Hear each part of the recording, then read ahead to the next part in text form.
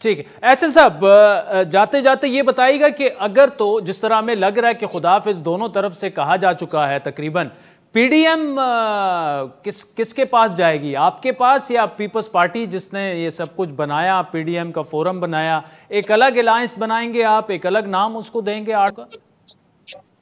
नहीं, देखिए, ये पीडीएम तो जो पीडीएम के ओहदेदार हैं, जो पीडीएम के अंदर 8 जमातें हैं 10 में से, यकीनन वही उसकी वारिस हैं। अब एक जमात निकल कर या वीटो करके, देखें, वो हमें कह रहे हैं कि आप हमसे डिक्टेशन नहीं दे सकते। 9 जमातें एक तरफ थीं, एक जमात उनको वीटो कर रही थी और डिक्टेशन दे रही थी। कौन डिक्टेशन दे रहा था?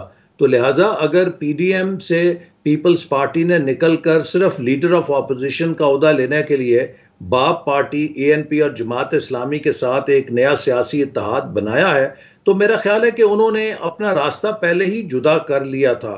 और अगर वो एक नया सियासी इत्तेहाद बनाना चाहते हैं, ये उनका हक है। लेकिन पीडीएम के अंदर जो जमातें हैं, वो अपने मिशन के ऊपर और अपने मकासद के ऊपर अपना सफर जारी रखेंगी और इंशाअल्लाह ताला हम कामयाब भी होंगे। ठीक। ऐसा इकबाल साहब, मुख्तसरन आखिरी सवाल, कोई चांस, कोई उम्मीद कि पीडीएम कायम रहे, पीपल्स पार्टी उसमें शामिल रहे और एएनपी को वापस लाया जाए, या तकरीबन it's over, done and dusted? देखिए, मैं समझता हूं कि अगर इसका रास्ता निकले, वो मुल्क के लिए बहुत अच्छा होगा। और पीपल्स पार्टी को चाहिए कि वो लीडर ऑफ ऑपोजिशन के जो उन्होंने अलायंस बनाया था उससे निकलें, वापस पीडीएम में आए, पीडीएम के फैसलों का एहतराम करें। और यकीनन हम फिर खुले दिल के साथ सब चल सकते हैं, चूंकि हम सब का मफाद इसी इसका में है कि मतलब कोई वो उम्मीद नहीं है, जो जवाब आप दे रहे हैं साहब?